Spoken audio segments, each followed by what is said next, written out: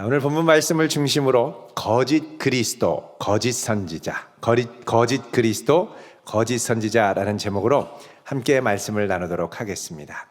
요즘 중국 후베이성에 있는 우한 지역에서 일어난 폐렴으로 명절 연휴에 전 세계가 공포에 떨고 있습니다. 걸리면 치명적입니다. 마치 좀비 영화에서 보는 것 같이 중국 당국에서 우한 폐렴으로 인해 도시 자체를 봉쇄시켰습니다. 홍콩은 중국 본토 방문을 전면 금지시키고 최고 비상사태를 선포했습니다. 더 이상 폐렴이 주변으로 퍼져나가지 않도록 극단적인 조치를 취한 것입니다. 미국은 우한에 전세기를 투입해서 자국민을 철수시키고 또 영사관을 폐쇄 조치했습니다. 그러나 이런 조치에도 아랑곳하지 않고 우한 폐렴은 빠르게 퍼져나가고 있습니다. 중국의 이 폐렴으로 확진받은 이들이 모두 1,300명을 넘기기 시작했고 또 그 현지에 있는 분이 하는 말이 막 퍼져나가고 있는데 그분의 증언에 따르면 9만 명이 넘어가고 있다 이렇게도 이야기를 합니다. 이미 공식적인 집계로 사망한 사람이 41명이 넘어가고 있습니다. 우리나라를 비롯한 주변 국가뿐만 아니라 유럽, 호주, 미국 등 전 세계로 조금씩 퍼져가고 있습니다. 신종 코로나 바이러스로 알려진 이 우한 폐렴은 한번 걸리면 열이 나고 또 마른 기침이 이어지다가 일주일이 지나면 호흡곤란에 시달리다가 죽는 것으로 알려졌습니다. 신종 바이러스이기 때문에 아직 제대로 된 치료제가 없는 상황입니다. 전염성이 지난 2002년 중국에서 일어난 사스보다 10배는 빠르기 때문에 상당히 빠르게 급속도로 퍼져나갑니다. 현지 사람과 의료진이 이 우한 폐렴으로 인해서 길거리에 그냥 픽픽 쓰러져 있는 모습이 SNS를 타고 빠르게 전 세계로 전파되고 있습니다. 이 무시무시한 폐렴을 막기 위해 그야말로 전 세계가 초비상입니다. 잘 대처하는 것 지금부터 참 중요해지고 있습니다. 그런데 잘 대처하는 것 못지않게 우리가 한 번쯤 생각해 보아야 할 것이 있습니다. 그것은 왜 자꾸 이런 질병이 하필이면 중국에서 나오는가에 관한 것입니다. 지난 2002년 전 세계를 공포에 떨게 했던 사스는 그 원인이 코로나 바이러스로 알려졌습니다. 그런데 이번에 일어난 이 우한 폐렴 또한 이 코로나 바이러스의 변종인 신종 코로나 바이러스로 알려졌죠. 코로나 바이러스는 동물만이 아니라 사람에게도 전파되는 이 수인성 바이러스로 지금까지 지구상에 6종류 정도가 알려져 있습니다. 그중에 우리가 잘 아는 이 중동 지역의 낙타를 통해서 전염된다는 이 메르스 코로나 바이러스가 있고 또 2002년도에 중국에서 일어났던 사스 코로나 바이러스가 있습니다. 이번에 일어난 우한 폐렴 이거 역시 이 코로나 바이러스의 변종으로 알려졌죠. 왜 중국에서 자꾸 일어날 것일까요? 사실 이 중국에서 일어나는 단순히 그냥 중국에서 또 일어났다가 아니라 중국에서 자꾸만 일어나는 그 배후의 배경이 있다는 것입니다. 자, 먼저 기후의 문제입니다. 전에 사스가 일어났던 중국의 광둥성이나 이번에 우한 폐렴이 일어난 이 후베이성에 있는 우한시 모두가 기후가 따뜻한 지역입니다. 그리고 비가 자주 내리는 습한 지역이라는 공통점이 있습니다. 우한시의 경우에는 그 위도가 제주도보다 낮습니다. 그러니까 따뜻하죠. 그리고 도시 한가운데는 양쯔강이 흐르고 있어서 늘 따뜻하고 습합니다. 광둥성 같은 경우에는 평균 기온이 20도나 됐죠. 그러니 전염병이 아주 퍼지기 좋은 환경이 됩니다. 여기에다가 두 번째로 이 먹거리 문화 또한 이 원인을 제공합니다. 중국에 가면 못 먹는 것이 없습니다. 능치 못함이 없습니다. 다 먹습니다. 뭐 우리가 잘 아는 닭, 오리 뭐 이건 기본적인 것이고 개구리, 뱀, 개, 원숭이, 전갈, 진해, 고슴도치, 악어, 박쥐 눈에 보이는 모든 것은 먹을 것입니다. 이 전문가가 분석한 것에 따르면 코로나 바이러스는 박쥐와 염기 서열이 89.1%가 일치한다고 하죠. 사실 이 박쥐는 모기, 진해 같은 것을 먹고 동굴에 사는 사실 전염병 덩어리입니다. 그런데 우한에서는 이 박쥐가 약재로 취급을 하고 있죠. 전에 이 사스 코로나 바이러스가 이 박쥐에서 나왔었습니다. 근데 이 박쥐에서 나온 코로나 바이러스의 변종이 이 우한 폐렴이죠. 세 번째로 이 중국의 이 위생 개념, 이게 사실 우리와 좀 다릅니다. 이들은 대형마트 같은 데서 깔끔하게 포장된 고기를 잘 믿지 못합니다. 그래서 대형마트에서 파는 고기는 그렇게 인기가 없습니다. 좋은 고기, 신선한 고기는 어떤 고기냐? 살아있는 걸 바로 잡아먹는 고기입니다. 그래서 중국에는 살아있는 것을 그 자리에 잡아먹는 문화가 많습니다. 재래시장에 가면 양 팔아요. 그러면 양고기를 다 이렇게 포장해가지고 파는 게 아니라 뒷마당으로 가죠. 그 양들이 음매하고 있으면 뭐 드실래요? 그럼 요놈. 그럼 이제 그 자리에서 잡아줍니다. 닭고기 뭐요? 그러면 요놈. 그러면 그 자리에서 목을 비틀어서 잡아주죠. 그러니까 그냥 날걸로 생걸로 그 자리에 뭐 소독 살균 없이 그냥 그 자리에 잡는 거죠. 아파트 베란다에도 중국에 가면 닭을 키우는 집들이 꽤 있습니다. 손님이 오면 신선한 고기를 대접하기 위해 그 자리에서 꼬꼬대꼬꼬 하는데 닭의 모가지를 비틀고 잡는 것이죠. 결국 오랫동안 계속되어 왔던 이 중국의 환경 또 문화 의식이 이런 전염병을 이제 양산하는 좋은 텃밭이 된 거죠. 이 치명적인 우한 폐렴이 어느 날 갑자기 나온 것 같지만 이 배경들을 살펴보면 어느 날 갑자기가 아닙니다. 이게 나올 수밖에 없는 환경, 기후, 문화 가운데 오랫동안 잠복해 있다가 이게 어느 정도의 임계치를 넘어가면서 갑자기 나타난 것이죠. 여러분, 추운 바깥에 얼음덩어리가 있다고 생각해 보십시오. 이 얼음덩어리를 집으로 가져와서 식탁 위에 놓습니다. 그런데 집안에 보일러를 틀지 않아서 온도가 0도 이하가 되면 얼음은 좀처럼 녹지 않습니다. 근데 집안에 보일러를 가동하고 이 난방이 서서히 올라가면 이제 집안의 기온이 영하에서 영상으로 올라가면서 0도가 넘어가면서부터는 놀랍게도 얼음이 갑작스럽게 녹기 시작합니다. 그 전까지는 안 녹았죠. 영하 10도에도 안 녹고 영하 5도에도 안 녹고 영하 1도에도 안 녹는데 0도가 넘어가면서부터 녹는 거죠. 그러니까 어느 정도 임계점에 이르기까지는 아무 변화가 없는데 그 임계점을 넘기기 시작하면서부터는 급속도로 변화가 물밀듯이 밀려온다는 것입니다. 그래서 변화는 항상 갑자기 시작되는 것 같지만 그 속을 깊이 보면 그 배후에 변화가 일어날 수밖에 없는 거대한 시스템이 지속적으로 작용하다가 어느 순간 임계점을 넘기기 시작하면서부터 시작된다는 것입니다. 자, 오늘 본문의 예수님은 성전이 무너지는 때 일어날 중요한 현상으로 거짓 그리스도와 거짓 선지자들이 일어날 것을 말씀하고 있습니다. 그런데 거짓 선지자와 거짓 그리스도가 어느 날 갑자기 나타나는 것 같지만 그게 아니라는 것이죠.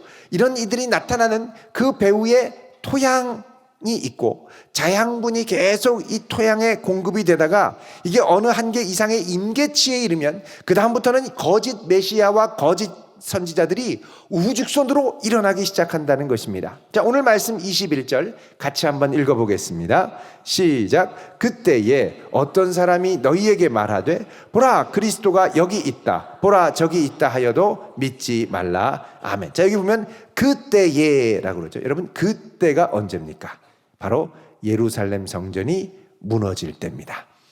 이때는 그동안 거짓 메시아와 거짓 선지자들이 막 일어날 수 있는 수많은 가능성들이 이제 막 임계치에 이를 때죠. 이때가 되면 거짓 그리스도, 거짓 선지자가 일어난다는 겁니다. 그런데 이 말씀을 예수님이 21절에서 갑자기 하시는 게 아니라 앞선 13장 4절 이하에도 말씀을 하셨습니다. 자, 우리 4절 보면요. 제자들이 예수님께 묻지요. 우리에게 이르소서 어느 때에 이런 일이 있겠사오며 이 모든 일이 이루어지려 할 때 무슨 징조가 있겠습니까? 자, 이때 예수님이 처음으로 하신 말씀이 바로 거짓 그리스도, 거짓 선지자에 관한 것입니다. 자, 우리 5절, 6절 같이 읽겠습니다. 시작. 예수께서 이르시되 너희가 사람의 미혹을 받지 않도록 주의하라. 많은 사람이 내 이름으로 와서 이르되 내가 그라 많은 사람을 미혹하리라. 아멘. 자, 성전이 무너질 때가 되면 거짓 선지자 그리스도가 나온다고 말씀합니다. 그런데 이게 그냥 나오는 게 아니라 어떤 요인들로 인해 일어나는가에 주목을 해야 됩니다. 왜냐하면 이런 환경이 무르익게 되면 계속해서 거짓 선지자는 나올 것이기 때문입니다. 그래서 우리는 거짓 그리스도, 거짓 선지자에 대한 총체적인 이해가 중요합니다. 자, 오늘 본문 말씀 23절에 이렇게 말씀을 합니다. 너희는 삼가라. 내가 모든 일을 너희에게 미리 말하였느니라. 자, 여기 삼가라라고 하는 이 말씀은 영어 성경에 보면 watch out, 정신 똑바로 차리고 보라는 거죠. 주의하라는 겁니다. 또 be alert 이렇게 되어 있습니다. 깨어 있으라는 거죠. 그러니까 깨어 있고 정신 차리고 보고 이렇게 말씀하는 겁니다. 자, 이 말씀은 우리가 앞서 읽은 5절에 너희가 사람의 미혹을 받지 않도록 주의하라라고 한 표현과 같은 표현입니다. 주의하라, 그 다음에 여기 나온 삼가라, 다 watch out, be alert, 깨어있으라는 말씀이죠. 자, 그렇다면 우리는 이 거짓 그리스도, 거짓 선지자가 어떤 환경에서 나오고 어떤 특징을 갖는지를 좀 주의해서 살펴볼 필요가 있습니다. 자, 거짓 선지자, 거짓 그리스도는 언제 나오느냐? 몇 가지 상황이 있는데, 첫 번째로 거짓 선지자, 거짓 그리스도는 전에 겪어보지 못했던 공동체의 큰 변화의 시기, 격변의 시기에 나타납니다. 자, 성경에 거짓 선지자에 대해서 경고가 처음 나오는 곳이 신명기 말씀입니다.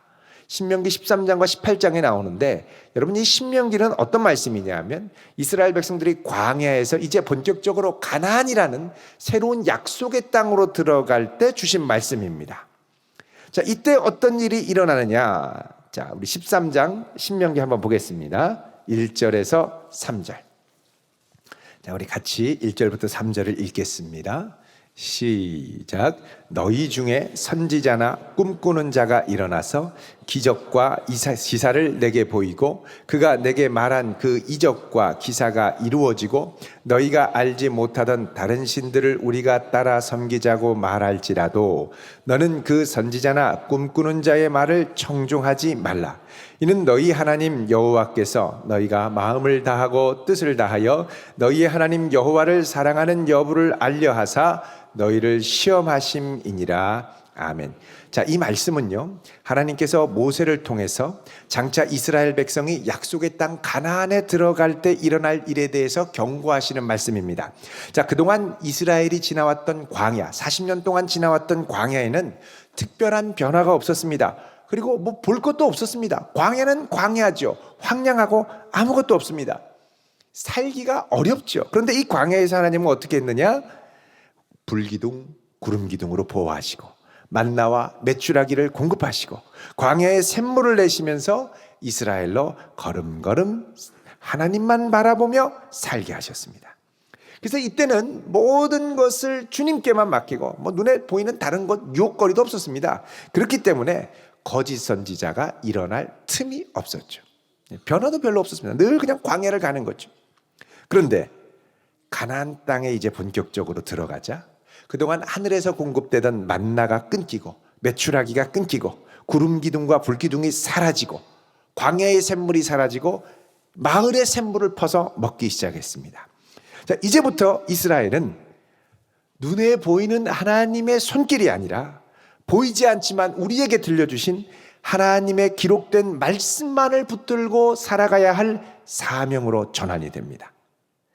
자, 그런데 약속의 땅에 들어가서 보니까 이 말씀을 붙들고 사는 것이 아니라 말씀 없어도 그 가나안 지역을 다스린다고 하는 소위 말하는 그 지역의 농경신인 바알을 의지하고 믿으면서 사는 이들이 있었습니다. 이들은 가나안 땅에서 농사를 짓고 바알을 의지하고 살았는데 이스라엘 백성들에게도 너희가 광야에서는 광야의 신 여호와를 따랐다면 로마에 가면 로마 법을 따르듯이 이제 가나안에 왔으면 가나안을 통치하는 바알을 의지해서 살아야 한다고 말하기 시작하는 겁니다. 여러분, 농경 문화에서 중요한 것이 있습니다. 그 뭐냐면 예측 가능성입니다. 과연 비가 올 것인가? 안 올 것인가? 비는 언제 올 것인가? 올해는 농사가 잘 될 것인가? 잘 안 될 것인가? 내일은 맑을 것인가? 비가 올 것인가? 농사 짓는 사람들에게는 기후가 너무너무 중요하죠. 그래서 늘 앞길을 예측하는 문화가 발달했습니다. 근데 예측을 빗나가면, 비가 오지 않으면 그 다음에 어떻게 하느냐? 바알신에게, 음란한 바알신에게 음란한 기우제 제사를 지내고, 그리고 자꾸 잘못된 영에 사로잡혀서 바알에게 물어보는 거예요. 언제 비를 보내주시겠습니까? 이렇게 하면 비를 보내주시겠습니까? 그래서 잘못된 미래를 예언하고 맞추기 시작하는 이들이 생기기 시작했습니다. 그래서 오늘 읽은 이 13장 1절, 신명기 13장 1절에 보면 선지자나 꿈꾸는 자가 일어난다. 이게 언제냐? 가나안 땅에 들어갈 때입니다. 꿈꾸는 자는 누구냐? 영어로 하면 dreamer죠. dreamer. 꿈과 환상을 보는 자. 기도하려고 눈만 감으면 환상이 보이고, 음성이 들리고, 잠만 자고 깨면 꿈을 꾸고, 그리고 앞으로 일어날 일들이 보이고, 이게 안 이루어지면 모르겠지만 처음에 보면 이런저런 일들이 참 기가 막히게 맞아떨어지는 경우가 많습니다. 그래서 이런 말한 것이 자꾸 이루어지는 걸 보면 여기에 자꾸 빠져서 믿게 되죠. 그러면 이 바알을 섬기는, 예언을 하는 이들이 하는 말이 뭐냐? 야, 너희가 하나님만 믿으면 안 된다. 나처럼 바알을 믿고 따라가야지. 그렇게 얘기를 하는 겁니다. 그런데 이런 이 예언들, 꿈, 환상이 막 맞아떨어 가기 시작해도 하나님은 오늘 말씀에 뭐라고 그러냐면 13절에 너는 그 선지자나 꿈꾸는 자의 말을 어떻게 해요? 청종하지 말라는 겁니다. 청종하지 말아라.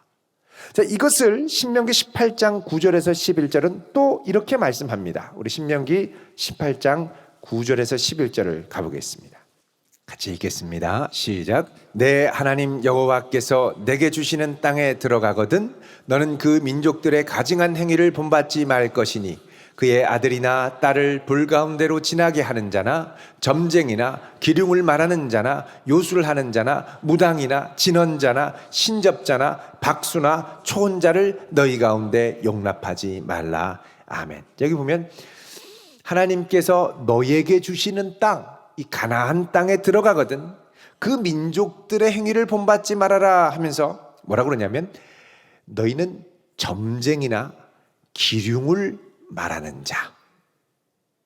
여기 점쟁이 기륭을 말하는 자가 나오고 여기서 조금 더 가면 요술하는 자, 신접한 무당, 신접자 나오죠. 박수, 초혼자, 그리고 여기 진언자가 나옵니다. 이 진언자는 뭐냐면 마법과 주문을 독사에게 걸어서 까치 독사, 살모사, 코브라 이런 이 독사를 조정하는 술법을 말합니다. 다 공통점이 다른 영에 사로잡힌 자들의 활동이 나오는데 여기 초기 단계에 나오는 이 사람이 누구냐? 바로 점쟁이나 기륭을 말하는 자다. 이렇게 말씀합니다. 여러분, 점쟁이 딱 알아맞추는 거죠. 그동안 이랬지? 어머나 어떻게 하셨어요? 동쪽으로 가라. 서쪽에서 귀인이 나타날 것이다. 이게 딱 맞추는 점쟁입니다. 또 길흉을 말하는 자가 나온다고 하죠. 기륭은 뭡니까? 잘 될 거다. 이번 사업 잘 될까요? 잘 될 거다. 우리 아이 학교 합격할까요? 잘 될 거다. 저 사업을 손대면 어떨까요? 망한다. 학교 떨어진다. 여러분, 우리 중에도 보면 이 기도하면서 이 기륭을 예언하고 점쟁이처럼 응답받는 분들이 있습니다. 직통 게시판죠. 여러분, 조심하고 주의해야 합니다. 내 안에 이런 영적 역사가 일어난다고 다 따라가다가는 자칫하면 다른 영에 사로잡히기가 쉽습니다. 요게 한두 번 맞히면서 이렇게 가다가 결정적인 순간에 우리 인생을 망가뜨리죠. 여러분, 주님의 음성을 우리가 만약에 직접 들으면 죽습니다. 성령의 감동으로 우리에게 하시는 주님의 마음을 느낄 때 우리는 기륭이나 점을 치는 감동을 받을 것이 아니라 우리를 사랑하시는 주님의 마음, 그분을 신뢰하는 마음, 또 주님과의 사랑의 교제의 감동을 느껴야 합니다.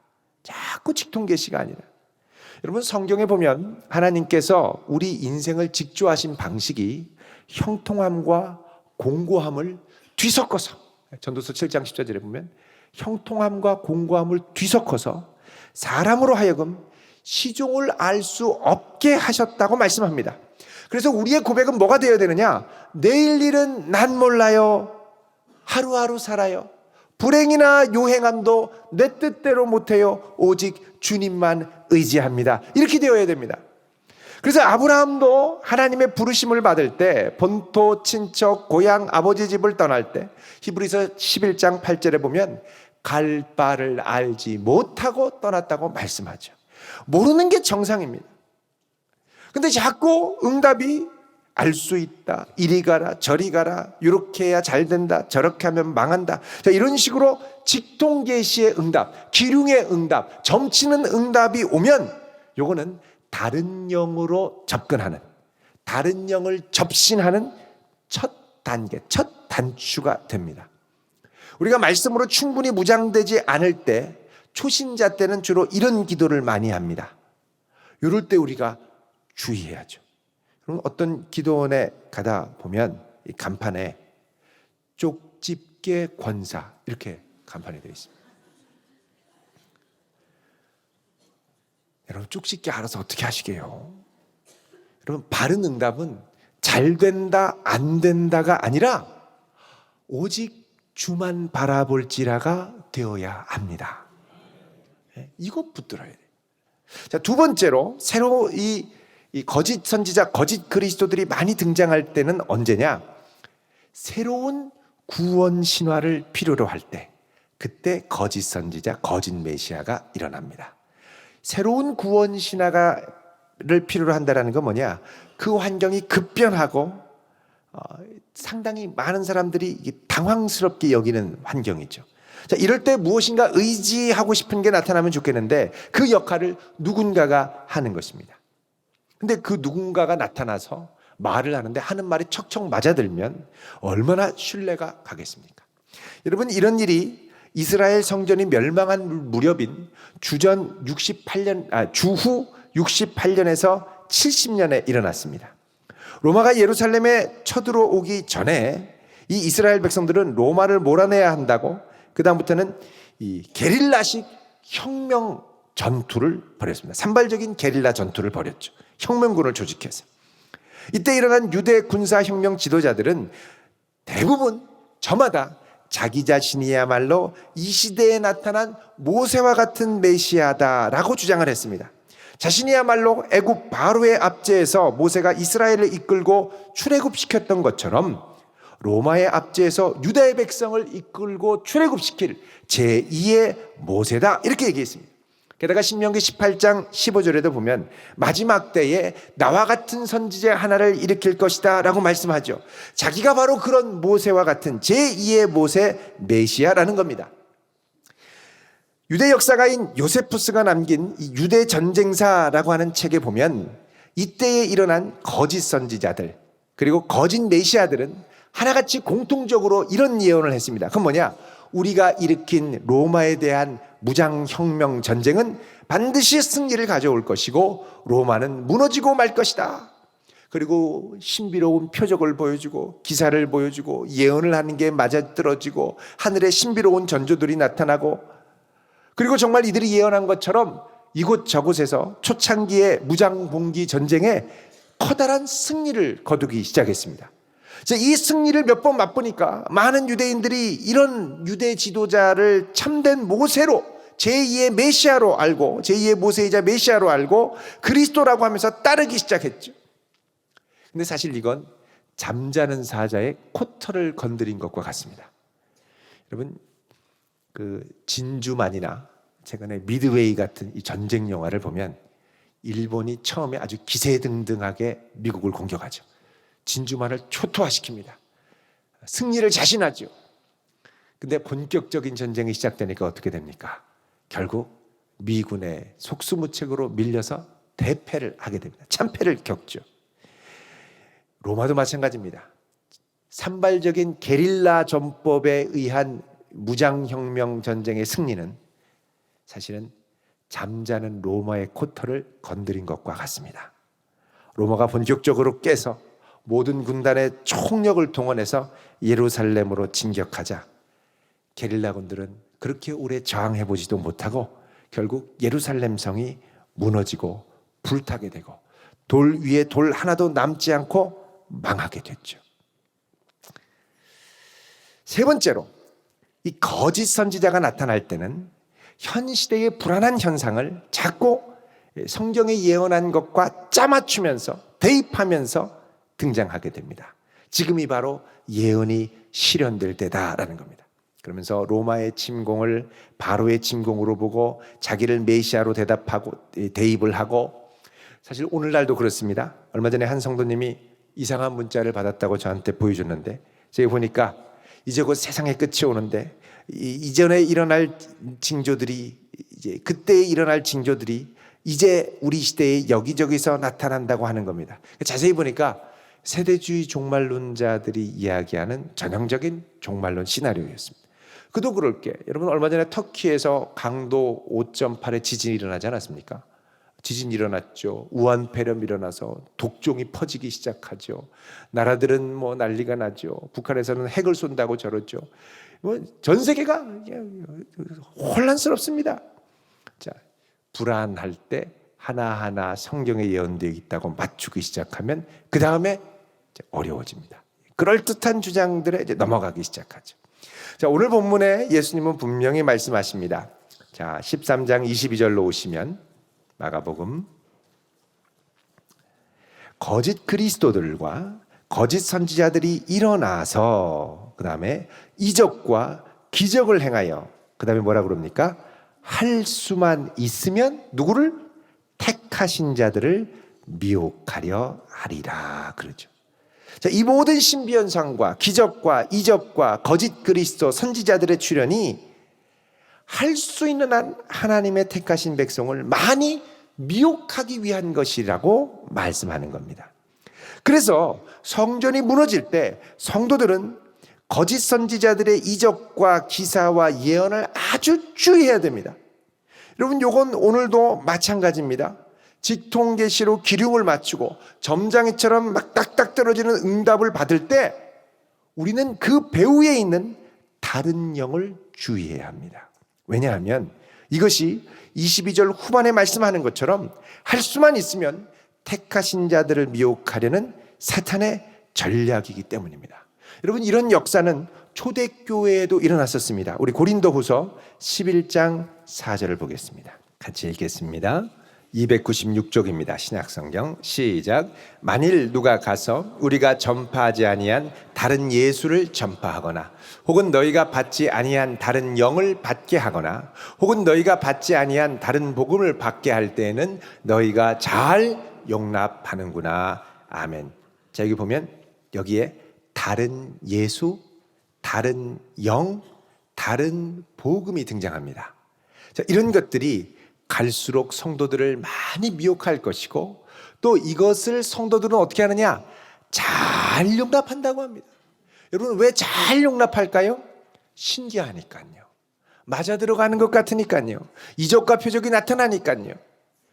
우리는 이럴 때 담대하게 거절할 수 있어야 됩니다. 오늘날 우리나라에만 다른 예수, 자칭 예수, 거짓 그리스도, 거짓 보혜사가 200명이나 나타났습니다. 200명. 여러분, 지금도 가면 흔히 볼 수 있죠. 시내버스에 이렇게 막 광고판 있어서 뭐 10만 명 수료 뭐 이런 거 있지 않습니까? 이게 사실은 우리나라가 그동안 전쟁의 폐허 가운데 일어나면서 치열한 경쟁 속에 많은 스트레스와 압박 가운데 급변한 사회 분위기 가운데 생존하기 위해 분투해 왔기 때문에 그렇습니다. 너무 변하니까 어지러울 정도죠. 어떻게든 살아남아야 되니까 불안하죠. 그러니까 내일 일은 남몰라요 보다는 한치라도 더 확실하게 알고 가야 안심이 되는 겁니다.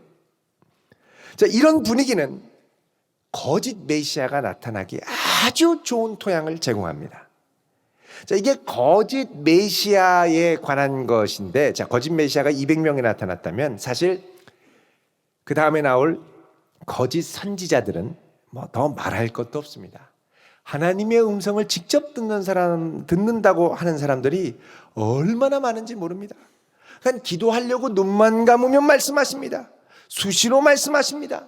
근데 이게 성령의 감동이라기보다 대부분 유사한 다른 영인 경우가 너무 많은 거예요. 유달리 이런 영에 민감하고 예민하게 반응하는 분들이 있습니다. 자꾸 이렇게 뭐가 들린다고 하고 자꾸 귀 기울이면 그 소리가 떠나지 않습니다. 자꾸 들릴 때 좀 감수성을 좀 둔하게 만들어야 됩니다. 우리의 신앙이 자랄수록, 신앙이 성장할수록 자꾸 들리는 음성에 대한 감수성도 같이 떨어뜨릴 수 있기를 바랍니다. 왜요? 그 다음부터는 이 말씀, 기록된 말씀이 생명이고 가장 중요하기 때문에 그렇습니다. 그러니까 우리의 신앙을 자꾸 들리는 음성에 기초해서 쌓을 게 아니라 우리에게 주신 기록된 말씀 위에 견고히 세워야 한다는 것이죠. 여러분, 자꾸 기륭을 알려고 하지 마십시오. 잘 될까요? 안 될까요? 이 길일까요? 저 길일까요? 여러분, 하나님께 직접 물어봐도 잘 대답 안 해주시는 경우가 많죠. 왜 그럴까요? 하나님은 그거에 그렇게 관심이 없으십니다. 중요한 것은 이 모든 길 가운데 하나님을 신뢰하고 가는 것입니다. 우리가 만약에 하나님을 신뢰하고 간다면 비록 광야의 메마른 길을 간다고 하더라도 그 중간에 생명샘이 터지고 꽃이 피어나게 됐죠. 우리는 이런 생명의 이 역사를 목도하고 경험하도록 부름받은 사람인 줄 믿으시기 바랍니다. 또 가다가 설사 꽃이 피지 않더라도 이 고난의 길을 끝까지 가다 보면 그 이후에 십자가와 부활의 영광이 우리를 기다리고 있는 줄로 믿습니다.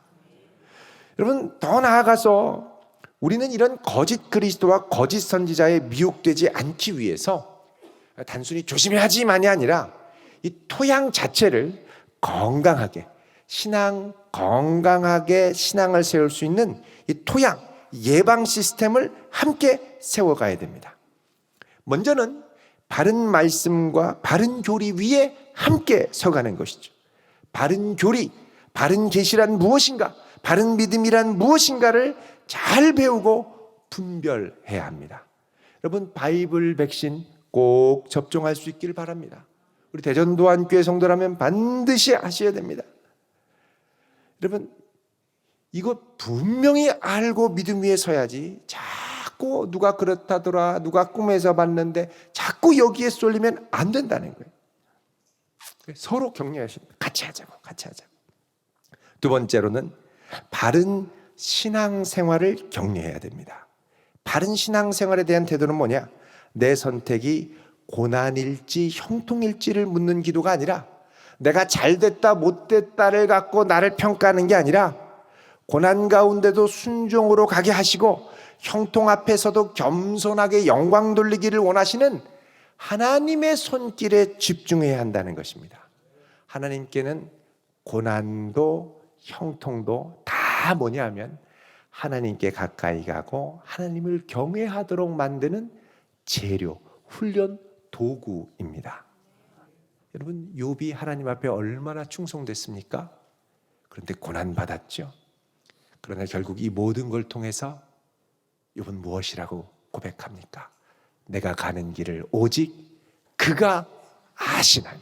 내가 아는 거 아닙니다. 오직 그가 아시나니. 이 길을 지나가고 나면 나는 정금과 같이 나올 것이다. 이게 중요하다는 거예요. 세 번째로 우리는 거짓 이적과 표적, 그리고 거짓 선지자들과 거짓 그리스도를 접할 때 혼자 끙끙거리지 말고 교회로 가지고 와서 바른 진단과 상담을 받아야 됩니다. 자꾸 물어봐야 돼요. 이건 비밀한 거야. 너만 알고 있어. 그리고 감추는 게 아니라 자꾸 물어봐야 돼요. 그 다음에는 우리는 이 기록된 말씀인 성경에 대한 확신과 자신이 있어야 됩니다. 오직 이 말씀 위에 우리의 신앙을 세워야 할 줄로 믿습니다. 마지막으로 우리는 이 공동체의 모임, 목장 모임과 같은 이런 공동체의 모임을 통해서 서로 바른 신앙생활을 격려해야 됩니다. 자꾸 어디 뭐 기도받으러 가자 그럴 때 나도 가자 그러지 말고, 그게 중요한 게 아니야. 하나님 끝까지 신뢰하며 가는 게 중요한 거야. 잘 이겨나가도록 서로 기도해 주고요. 그 가서 기도받으면 자꾸 피할 길만 찾고 그렇게 되는데, 그게 아니라 이 말씀 위에 기꺼이 주를 위하여 십자가를 지고 갈 수 있는 신앙으로까지 성장할 수 있기를 바랍니다. 오늘 말씀을 정리하겠습니다. 여전히 많은 거짓 그리스도와 거짓 선지자들이 판치는 세상입니다. 이런저런 신기한 이적과 표적이 있다고 미혹하는 시대입니다. 여러분, 이럴 때일수록 이런 것에 귀 기울이며 미혹되지 말고 오직 주의 말씀 위에 든든히 서고 서로를 격려하는 건강한 성도로 자라갈 수 있기를 우리 주님의 이름으로 축원드립니다. 기도하겠습니다.